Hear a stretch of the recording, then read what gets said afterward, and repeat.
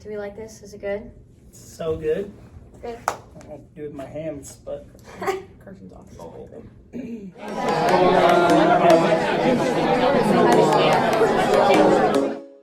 Hey guys, welcome back to Jabber with Jocelyn. I'm so happy to see you guys here today. I have some very important and special people here with me today.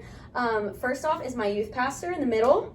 my name is Garrett Beliski, and this is my assistant, and more importantly, my wife, Amy. And then this is the youth ministry associate. I had to ask him beforehand what his official title was. My name's Carson Martis. These are some pretty cool people. I don't know where my notebook went. Crap. Oh, it's up here. And you might need that. You gotta bleep out when you said crap.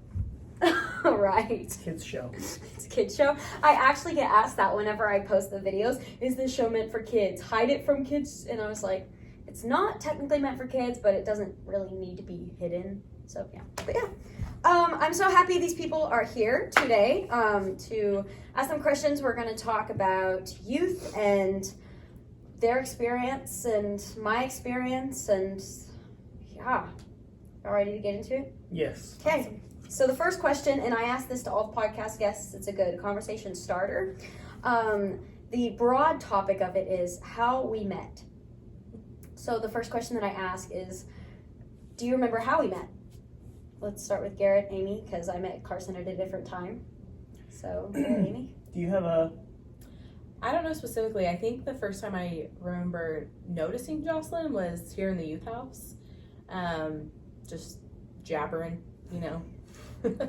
about something. And I think that's like the first time I remember. I don't remember if it was at our welcome party or like a Sunday night discipleship or something, quickly after we came.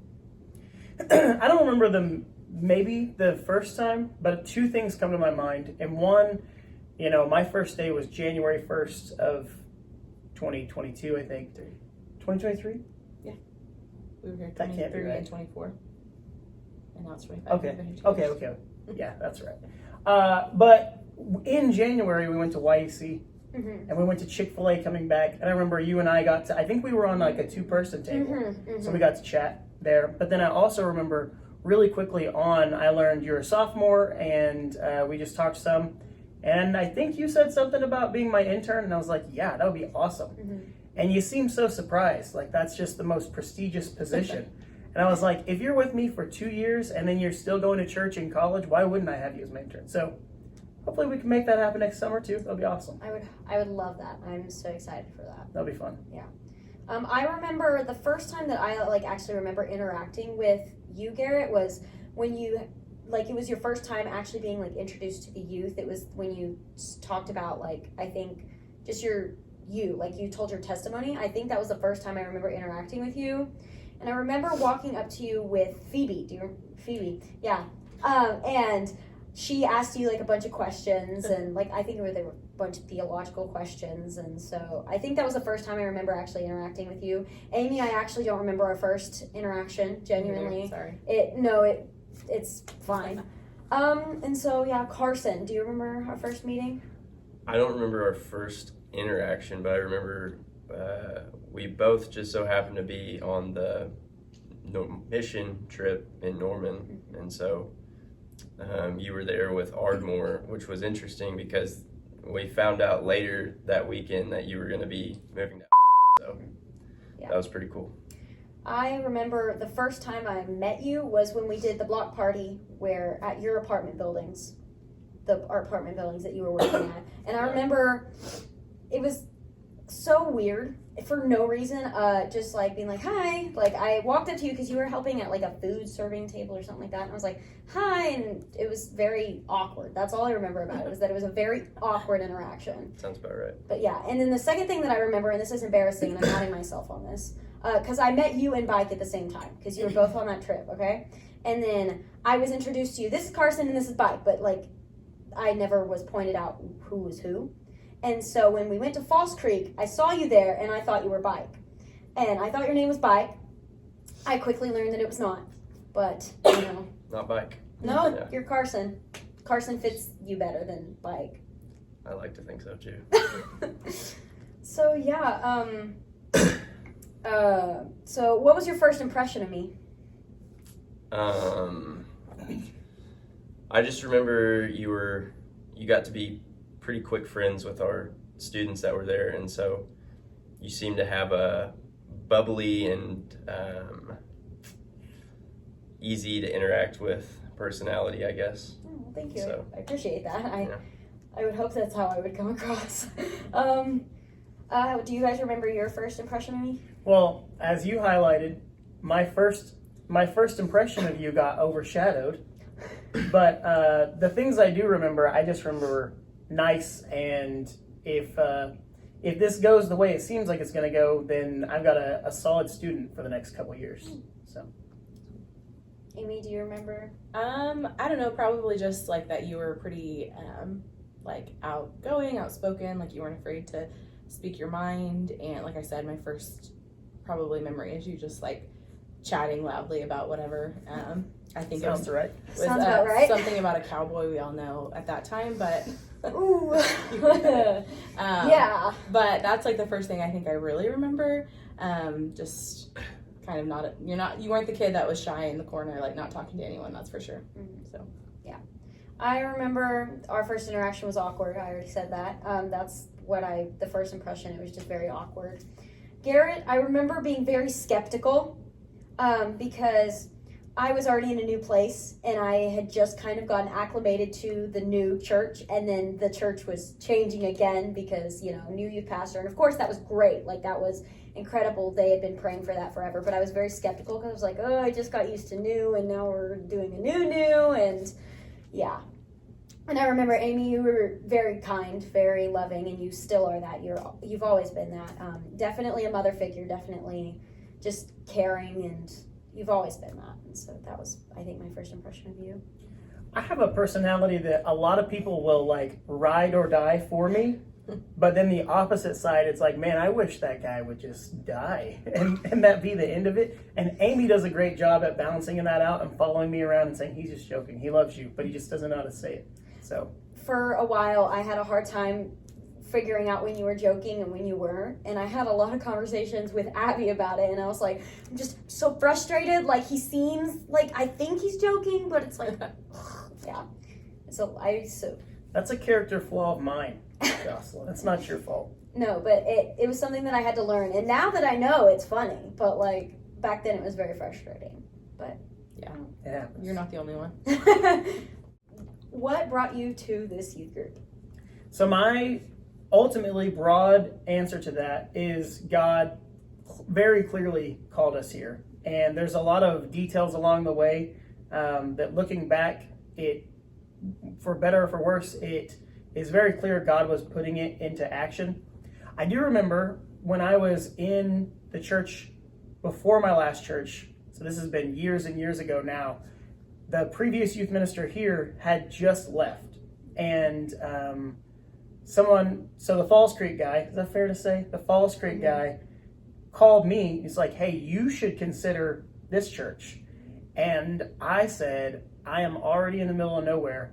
I'm not going to move more in the middle of nowhere. I'm good on that. And then 18 months later, our church was still looking for a youth minister. And God very clearly laid out, this is where I'm supposed to be. Just some quick backstory. My previous church, they had financial issues, and they had to cut all of youth ministry. And it was, my pastor at the time was like, but I have good news. There's a town that is looking for a youth minister. I've been talking to their pastor, and they are very interested in talking to you. And I nearly fell out of the floor. I was like, okay, so I'm cut from the staff that I love, and then on top of that, you're sending me in the middle of nowhere. It was a rough time, but I talked to our pastor, and all of my worries and concerns were very quickly evaporated. Our pastor here is awesome. Love him. Love that God put me here, and it's just crazy. I try to tell you guys all the time, we can want for things, and we can say, like, God, I don't know why you would let this happen. And then in hindsight, it's so clear that, like, oh, okay, God was bringing me here, getting me into a much better situation. But it's really hard to see that in the moment. But looking back, God's hand was all over it. Oh yeah, and I've noticed that with like the way that you've spoken your testimony to, you know, when you first came here, and then just how you have helped grow our youth, and that has also been fully from God, but God using you in that way. And so yeah, it's meant to be that you were here, and it's great that you're here. Yeah, I love it here. I really do. I would say that even if I didn't, but I do. I love it here. I love that you're here too. It's great. Amy, of course, you were brought kind of along with Garrett. But what were you doing like before this? Because I know you were. So I did work before for 8 years in a pretty big role, but I had already stepped away from that to be a stay-at-home mom. Our childcare stuff had changed. We had 1-year-old twins, and then at the time, I guess, 4 or 5-year-old. And so when we came here, and so it was kind of nice that I'd already had to close the chapter of working at my job that I loved and was very, very involved with. I'd already closed that chapter, so it made it easier for us to move to if I had still been doing that, which what Garrett mentioned 18 months before. Part of our reason for not even considering coming here was because I had a job that was really good, but then the Lord paved the way for me to have to step away from that job, and so I was a stay-at-home mom. And then when we moved here, I continued that for a little while. And so yeah, just all the fun with 3 kids at home. And then what was the call of becoming the assistant? What was that shift like? Yeah, so it wasn't expected in any way, but Garrett's previous assistant, who had been here for a long while, was having a new grandbaby and decided to stay home and take care of that baby, or she was asked by her daughter to do that. And so obviously that's dream job, right? And so she stepped away to do that, and I still wasn't thinking I would do it. I mean, we'd always talked about me potentially oh, it'd be so cool if I could be your assistant, but he really hadn't had an assistant before at previous churches. And so I just did work for him. I still did a lot of the same kind of stuff, but just not in a actual job role, more as a spouse supporter role. And so yeah, he asked me to do it, but he also talked obviously with the pastor.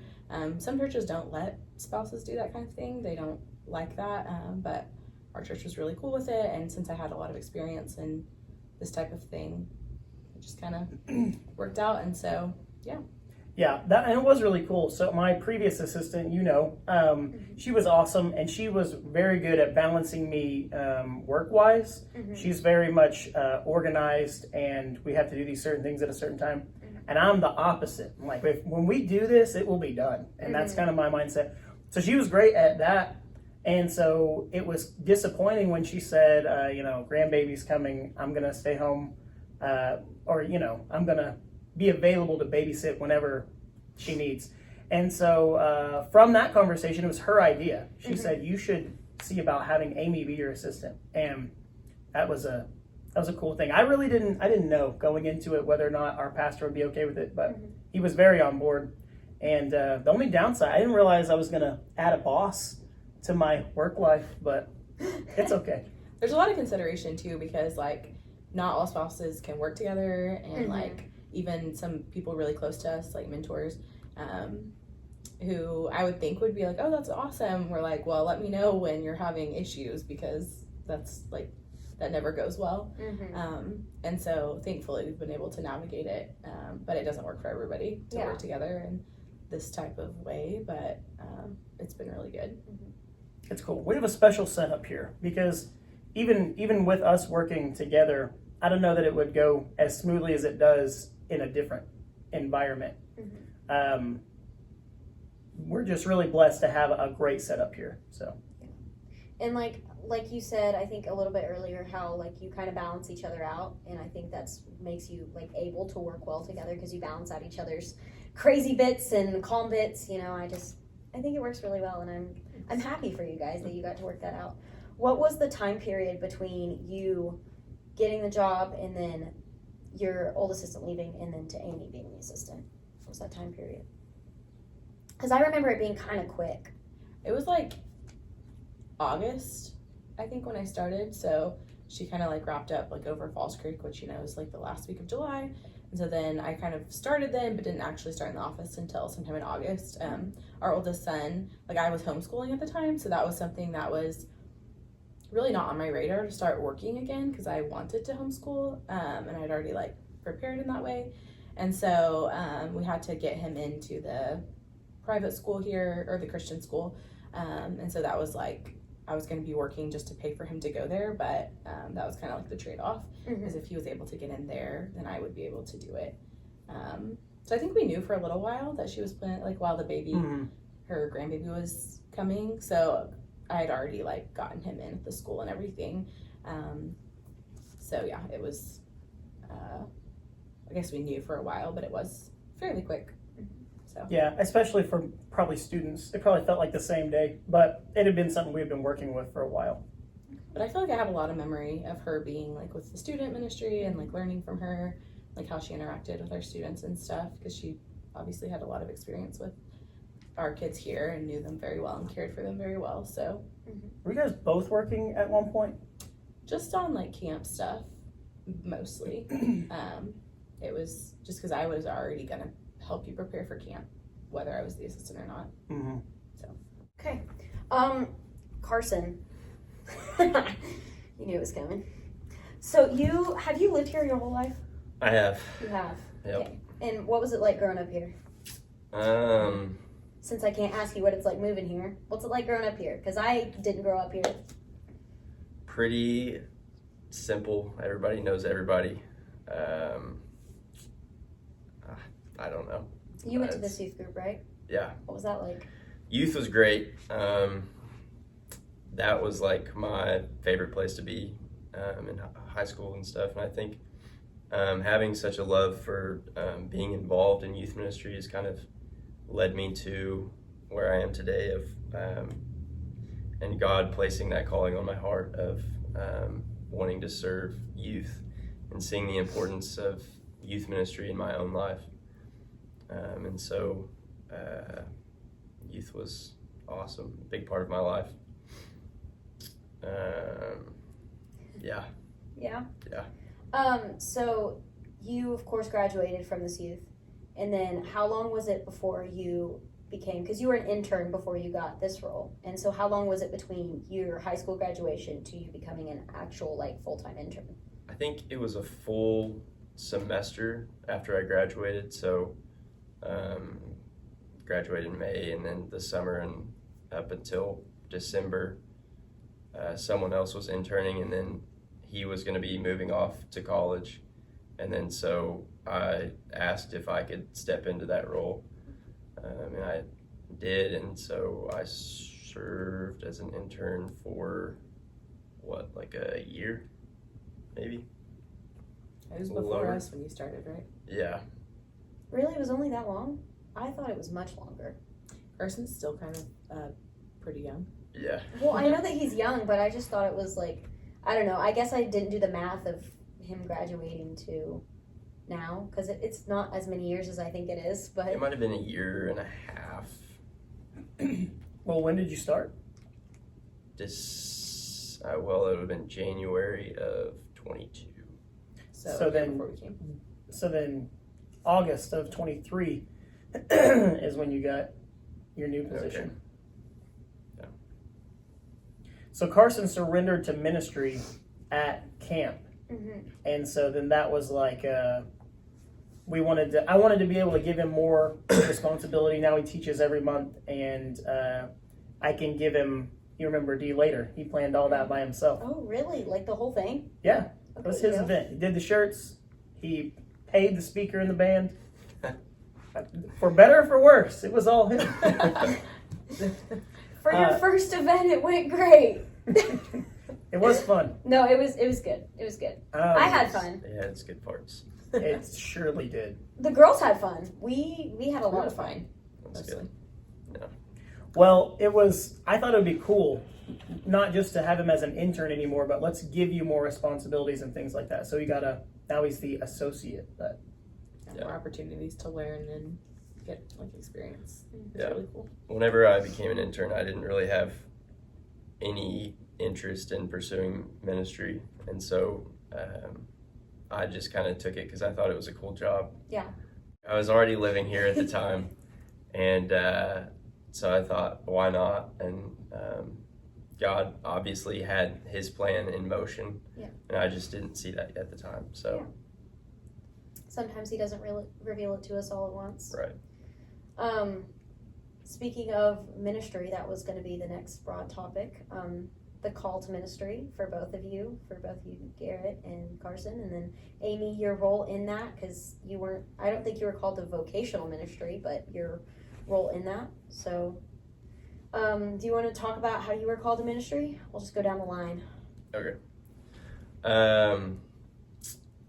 I think God's definitely done a lot of things before, like it was clear that He was calling me to ministry. There was definitely things that He set in motion and put like along my path to get me to that point of surrendering. But then at Super Summer, at camp, God revealed it to me, and then using a lot of spiritual leaders in my life to make that calling visible and to speak to me through them. I just felt like this unresistible calling that God wanted me to pursue ministry into, that this was more than just like a little stint in my life that I was just going to be interning with the youth and helping out in that capacity, but that it would be more than that, and that I needed to step up in serving and step up in my faith in that. And so was that like when you first got the call, was that first call at Super Summer, or had you kind of felt it before that? I had felt it before, but I felt like it wasn't something that I was capable of doing. Naturally, I'm very quiet and shy. I don't like to get up in front of large audiences or any audiences really and speak. Like I have not a close circle, but I'm open with a close circle around me. I'm very much in a bubble, and so that just didn't seem like something that like I would be able to be used in, and so I was creating this limit for myself when really God can use us for anything, and if He calls us to that, He's gonna lead us through that. So Amen to that. I mean, that's fair. Was it difficult when you finally did surrender? Like, did you like try, I mean, I guess, did you try to like fight it? I don't want to use those words because, you know, like that, it sounds like that's a negative thing, but in the moment, I would say like I was probably contemplating it, like a lot going through my head, but then like there's just like this overwhelming sense of like do it. Yeah. And so it just kind of got to that point until I finally went and talked to one of the leaders that was at the camp that had been pouring into me that week, and so I was able to share with him and share that I was ready to surrender in that calling. So. Well, I'm so happy for you for that. Thank you for sharing that. Thanks. I mean, just seeing the way that God has led you to that, you know, because I met you as an intern, and then we're not the closest. I mean, like but like just seeing Sure. like just from like an outside perspective looking in just a little bit, just seeing the way that God has worked in that way it's been cool to watch, and so I'm really happy for you for that. Thank you for sharing that. I appreciate that. Garrett, what was your call to ministry like? Yeah, and let me just say, it was a struggle for me with Carson because I prayed for him, you know, since I met him, because he does all the things behind the scenes, and he loves students well, and he pours into them well, and students love him. He does all the hard things, and like things I don't want to do. It's like set everything up and all that. He does all that stuff without complaining about it. And so I always thought, man, he would make the best youth minister because he doesn't want like, hey, everyone look at me and let me get the shine. It's the opposite. It's like I think if you have those qualities, it makes it better when you are Sorry. when you are that. But anyway, yeah, that was cool. When he surrendered to ministry, that was cool. But for me, I had been saved for 6 or 7 months. So I was 15 and I came to know Jesus in January, and then whatever date we went to camp, that was the first time I ever heard of it. I felt like God was trying to say something to me all week, and it was very intense. I'd only felt this only when I gave my life to Jesus in January, but I didn't know. I was very distraught all week trying to figure it out, and I would talk to my friends who were believers. I'd talk to my youth minister and try to figure out anything. And I remember one of my friends was praying over me because I was really having a hard time. It's like, I don't know, God's trying to tell me something and I have no idea what it is. It's very frustrating. And one of my friends was praying for me. And in his prayer, he said, I still remember it. He said, if you're trying to call Garrett to ministry, I pray that you'll make it clear to him. And that was the first time I'd ever heard that in my life, called to ministry. Never thought about youth ministry, never thought about ministry at all, and I never knew that that was a thing, that God called you to ministry. Well then, that just didn't get out of my head for days, and it was the Thursday before we were leaving, I heard the speaker, and you've more frequently, you were 15 before me. You were 15 more closer to right now than I was. But you know what it's like. It's easy to hear things and not hear it, but in my perspective, for the first time ever, a camp speaker said, if you need to come talk to someone about surrendering to ministry, I want you to do that now too. To me, that was the first time anyone's ever said that at camp, was right then. I'm sure it wasn't. First time I ever heard it. And I knew immediately that's what I'm feeling. So I was praying, I was thanking God for revealing it, and I remember real specifically, I need to think about this for a day, get my words right, and then tomorrow, on Friday, before we go home, I'm going to go talk to someone. I'm going to surrender to ministry. And I was so thankful to God for revealing that to me. And then as soon as I said amen, my friend who had prayed for me grabbed me and said, dude, I think God's calling me to take you down front to surrender to ministry. And I was like, okay, I was about to go anyway. That's perfect. And so, so then we went and I spoke to a guy, and it's just been history since then. So I struggle a little bit with the idea of surrender to ministry because I think I've done that. Very clearly, I believe God's called me to ministry and I've surrendered to it. But at the same time, I think today, God could call me within this ministry that he's given me to do a secular job for the sake of ministry. And then when you go down that rabbit hole, I think we've all been called to that. So it's tough, but I would say I've done it. I've surrendered to ministry, but at the same time, I'm open to God moving me to a non-ministry position to do ministry. Yeah. If that makes sense. Yes, makes sense. It's the difference between like the vocational or like the in the church. Sure. Yeah. Yeah. Yeah. Because it's like I have done this, but I also don't believe that's a thing. Yeah. It's called the vocational ministry. Yeah. So I'm on both sides because I've done it, and I feel that's why I wasn't pursuing youth ministry. God was pushing me to it. But that doesn't have to be forever. My next step might not be pastor. It might be, computer tech on a mission field or something. So yeah. Anyway, that's it. And then Amy, how has that like affected you in him being called to ministry? Because I mean, of course, you guys didn't know each other when he was called, and then how did y'all meet, and how did that work out? So, okay, I guess.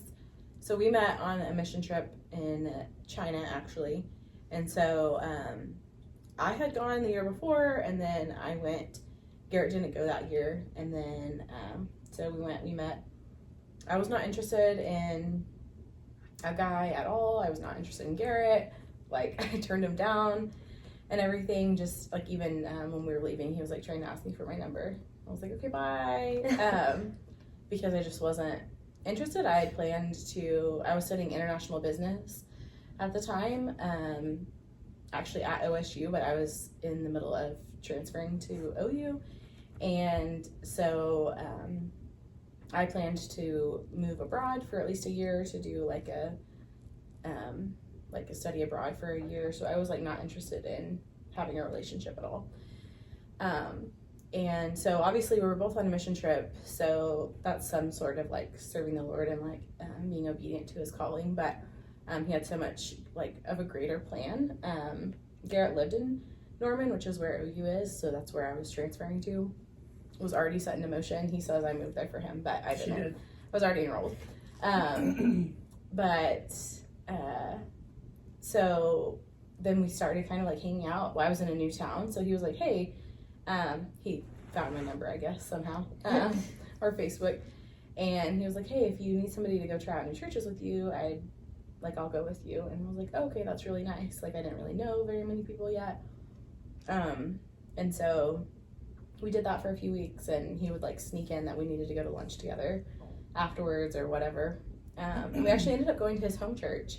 And that's where I really liked it because I knew people from there, from the mission trips, like I'd met them. And so, but at that time he wasn't actually like pursuing ministry as like a vocation. He was kind of like just trying to finish school and didn't really know. I mean, at that point in life, we were 19 or 20 years old. You don't really know what you're going to do with your life. Mm-hmm. And so it took a while to like actually be in ministry. I think my mom was an encouragement to Garrett. He was thinking about pursuing some other things. And so it was cool to just be able to like encourage him and walk beside him as he, as the Lord like revealed his calling on our lives. And so I'll also add that like I never surrendered to ministry. I don't have any issue with that, and people that do that, I think it's a clear calling. But like I know people personally in my life who did that but then never actually did ministry, and so I was always like opposed for me personally, because I didn't want to become that. And so I did feel a clear calling to ministry all the years of my high school. Like I knew I was very active in being a leader in my youth group, like going on mission trips like often, and really from like a young, like we would go on family mission trips starting when I was like in the second grade. And so but I always knew that I would be in ministry in some way, but I didn't like surrender to ministry in the typical way. I more so took it as like what my life would look like. And so I think my life has looked like serving the Lord in a vocational way. But I didn't want to put a label on it, I guess, because I was just trying to be obedient to the Lord in whatever he had for me. So good or bad, I never actually did, but I always knew that I would, that the Lord had that calling in my life in that way. So, and now I'm a youth minister's wife, which was not at all what I had expected. I thought I would be on the mission field as like a lifelong missionary. So it's been a lot different than what I would have thought God was calling me to. So. Thank you for sharing that. I appreciate that, guys. The way that the Lord has worked, you know, in all of your lives, and the way that I will tell this to anybody who will listen, the way that, you know, because I never, honestly, I couldn't imagine a few years ago sitting in the seat talking to you guys like this, because, you know, just the way that God has worked out that plan, because, you know, when we went on that mission trip, when I went on the first mission trip to Norman and met Carson in the church, I had just moved. Like, I literally was in for 4 days and then had to leave. It was that quick. Like, I had already moved, but then we were meeting the other church, and I was in that position mad at God. I was like, God, I don't see what your plan is here. Like, I was in a position of doubting God and his plan, but then just looking back on it now and seeing the way that his plan has worked out to meet this church and meet Carson and meet you guys, and just the way that he has used you guys to pour into me and pour into others, it's really just a blessing. It's incredible. I think it's super cool that, so you had already planned to go with your old church? Yes. And then just so happens, out of all the churches in the state, you're on the same trip with this one. And it's also cool to think about, like, I was the one who planned that trip and you never would have known it. Yeah. So with my old job, like, all the details and like putting your names on the list and all of that, like I was in charge of all of that. So it's just kind of cool that like the touch points, like God had us all, like he orchestrates everything, and it's just cool to think about that before we even knew each other, we kind of knew each other. Like Abby, I knew her from going on stuff years before. Destiny, like several people from our church I knew of years before we even came here. So it's really cool. And another way that God has like worked for like me with this church is, so right after the mission trip, so I had started talking to the old assistant like while we were on the mission trip, and I was like, I just moved, this is crazy, this is insane. And then they started talking about how like they were like, you should come to our church, like this week we're going to be gone, because that was like right after that week they were going to Falls Creek, and they were like, this week we're going to be gone, but like next week totally come. And I was like, really, like I'm so sad I didn't get to go to Falls Creek this year because I had other things come up, and it was the same week as my home church went. And then the assistant was like, come with us, because they had a spot open up like literally I think it was that day or the day before, and there was just a random spot that opened up that made me able to go.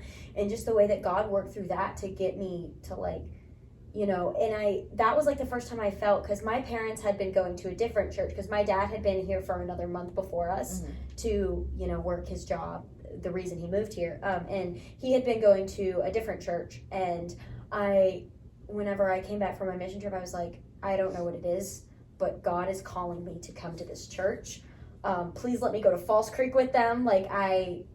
And just the way that God like gave me that push, because I had never been kind of the calling the shots, you know, like in that type of way. I had always been like, you know, especially like with my family, you know, your plans, you know, whatever you guys want to do, like, you know. But then like I felt that God calling of being like, I don't know what it is, but I have to do this. Like, this is something I feel like I have to do. And it's been incredible the way that God has kind of led it in that way. So,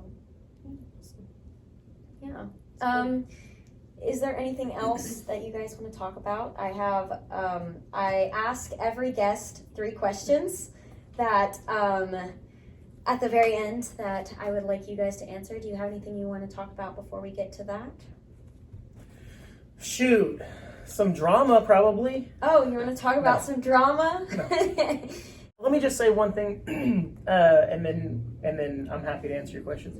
What you were just saying about you said, I'll tell anyone who would listen, and then your testimony of, I didn't want to be here, I didn't want to leave. It's always tough leaving somewhere in high school. I moved from my high school senior year, and so I've been there too.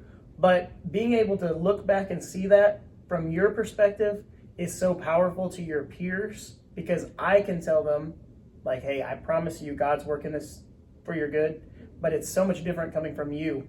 And so I just want to encourage you to keep doing that. I think it's great that you do, but keep telling people, like, God is working through this. I didn't see the point in it. I was angry about it, but looking back, I can see God's hand in it. Well, thank you. And I think that's something that has also definitely helped me, like looking back on those experiences, to know when God is calling me somewhere now. Because, you know, before this, like this summer and everything, you know, like everybody was telling me, this is your big year, your senior year, like you got to decide where to go to college and what to do with your life. And I honestly I was so unsure about what I wanted to do, where I wanted to go. And then just the way that God has called me to the college that I've been to, it's only been through him. And I don't think that I would be able to see through him, like see that work, see the way he was working without those past experiences of seeing him work, you know? And just being able to trust him in that, because back then I didn't trust him in that. Like, I was a Christian, but I wasn't like, I was still like a baby Christian, and so I wasn't exactly like fully, you know, I still had a lot to learn, and I still have a lot to learn, you know? But just being able to look back on that and see the way that know the way that he worked then, and seeing the way that he's working now is, lessons. Super cool. Yeah. So we want to get on to those last questions. So the first question, and I'm just going to ask it, and then we can go down the line. We can go however y'all want to do it, actually, but whatever y'all want to do. The first question is, so I know you all 3 have jobs here, but if you didn't have those jobs, what would be your dream job? If you could do anything in the world. Go ahead. I have 2. Okay. One's boring and one's more fun, and I think I could do them both at the same time. Youth ministry is my dream job, though. But if for whatever reason God called me to do something else, I think it would be so cool to be a funeral home preacher. So funerals just come in. Maybe I know the family, maybe I don't, but I just preach the funerals. That's my job. Okay. In fact, my first pastor, where I was the full-time youth minister, we had this dream of we would just run it together, and one of us would just preach the sermons, and the other one would like meet the families and like give them flowers and all that kind of thing. Mm-hmm. Still like in the back of my mind, it's a cool like retirement dream of mine. I don't know why. I just something about preaching funerals and having been on both sides of sitting in a funeral and preaching it. There's something about connecting with people who are grieving and like, hey, let me give you some hope for just a second. I love it. I love that, and I think that'd be cool. The other thing, I would love to be able to write like children's books, just real small children's books. I think that'd be awesome. Why don't you? Why don't I? You have children. I I know. wrote a children's book for my teacher prep class. I could 100% help you on that if you need the help. I've always liked to. I don't know why I've never put any effort into it, but I've always wanted to. I feel that because I want to write children's book as like a hobby. I've always kind of wanted to be like a writer, like as a hobby, and I kind of want to, because I'm going to be a music teacher. I want to like write music books, like little children's books about music, and then fill my classroom with them. I just thought that would be really cool You should do it. if I have time. But yeah, I feel that, and you should so do that. Pursue that. Maybe we'll see. We have kids and they like books, so you can test it out on them. I wasn't expecting that at all from you. Either of them. No. I'm married to him. I didn't know Nope. either of those. Really, the funeral home thing? That one I No, would have not really. expected. That's like, Because you I mean, this is the always funeral say you home. enjoy Just doing switch it funerals. out. Revert it. yeah. This building that we're in used to be a funeral home, so we joke about that it's haunted, but it's not actually haunted. But you could just turn it back into a funeral home.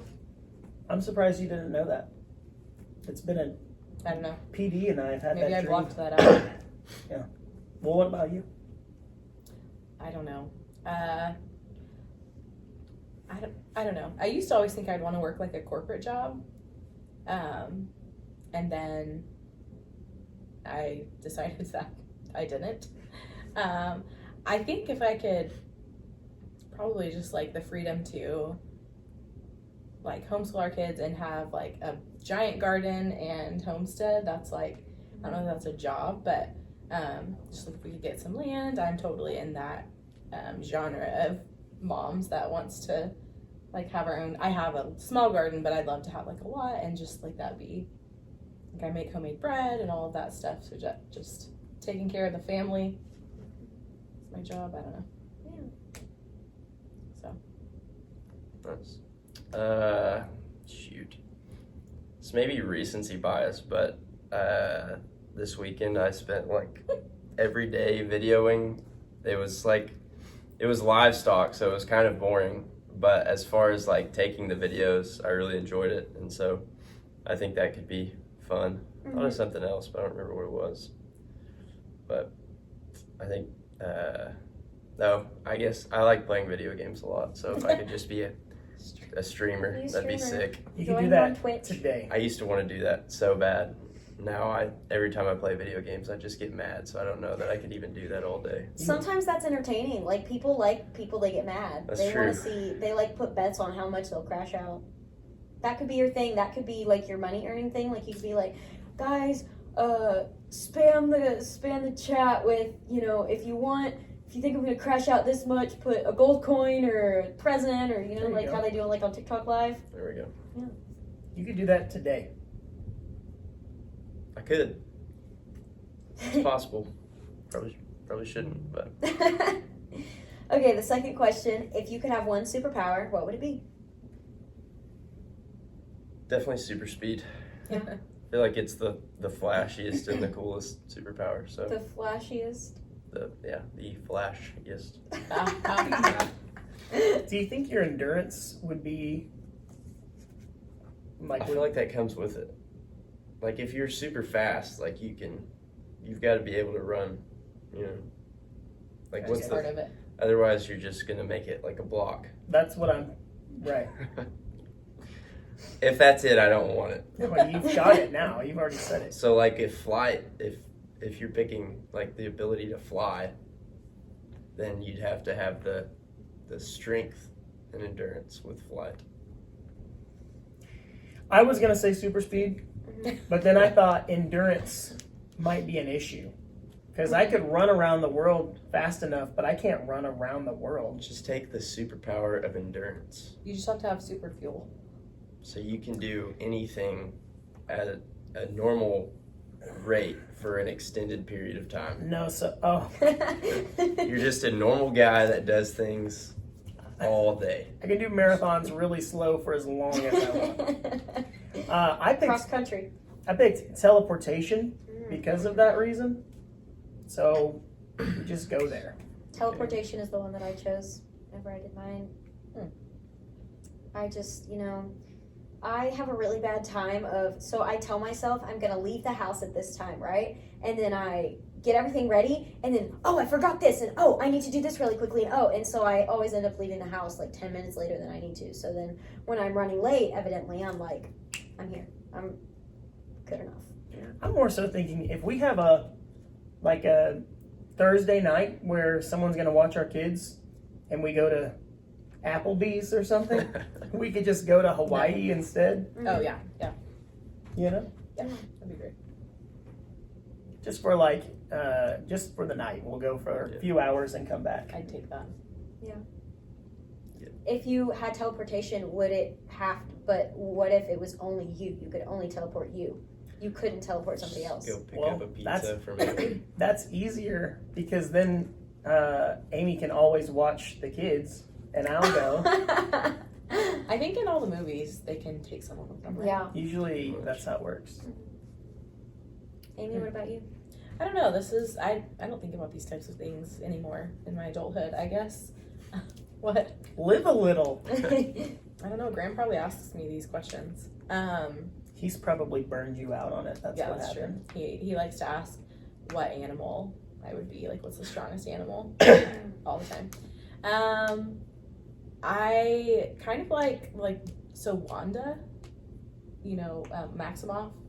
Is that how you say it? Yeah. Like she can like build things or like heal. She can use like healing. So someone's hurt, right? Is this right? Well, she's a witch. Yeah, she is. That's so I don't want that part, but just whatever you call the power to like create magic. something out of doesn't have to be magic. That's it what just it be is. a superpower. I'm not into magic, but that's why I'm saying this. Like to heal whatever, or like if I could just have all of my home renovations, like just do them, that would be awesome. So that Garrett doesn't have to put it on a to-do list. You just like cool. Control molecules and make whatever you want. Yeah, like I don't know. That's neat. No, yeah, that's cool. My garden. I don't know. Really cool. Because I can help people, but also, be fun. Yeah. And the last question: who is your celebrity crush? I can't remember. Carson, you want to go first? No. Garrett? I'll go first. So I've been a long time subscriber of your podcast. I got in before your first 10K. Just want everyone to know I'm a big fan. And I saw that you said that and you answered your first 3 on your first episode. And I've been prepping, trying to figure out what I could say for when this day inevitably got here. Really? I don't have a celebrity crush. Amy is my only crush. And I've got a big crush on her. Aww. Thanks. Yeah, I don't subscribe to the celebrity crush drama personally. Drama? I don't know. I see, like, when you're married, I don't know. Some people are like, it's allowed. You can have a celebrity crush, which is totally fine. But I see people on Facebook, like, old moms, they're like 40 or something. My mom is 40. What? Well, okay, so would it be weird if your mom's commenting about, like, some celebrity that had a, like, oh, he's so hot? No, she does that. Okay, well, I don't know. It's just not for me. Like, I've never been interested in that. Like, as a married person, I don't know. I just think it's kind of weird, personally. For me. Like, other people, whatever, but I just have never been, I don't know. No, Truly, Like, not just saying that because I'm married. I truly don't have a celebrity crush. Mm-hmm. But I'm also not really into celebrities either, or TVs or movies or any of that. So that probably comes along with it. I think it's a great question, and you probably won't have very many married people on. So Yeah, you're going to get answers. Yeah, Like, yeah. Carson needs to give you. yes, Like, make Carson him give you one. has no excuse. but I You- just Those two didn't, so you have to. That's yeah. fair. My only qualm with it is if you have a celebrity crush, that opens it up to like, well, what if they lived here? Would you still have a crush on them? What if they knew you? Mm. And what it's if you got to meet them? Like, what, Yeah. and then it makes it more real. And I know it's a fun thing, but it's tough as a married person to consider that. Yeah. But with all that said, Carson really should. I'm looking forward to it. I like hearing other people's. I'll Mhm. say that. I just think it's not for me. Yeah. I don't have like Come a on. standalone, but I We could guess probably pick some for you. just for picking sake, maybe Anna De Armas.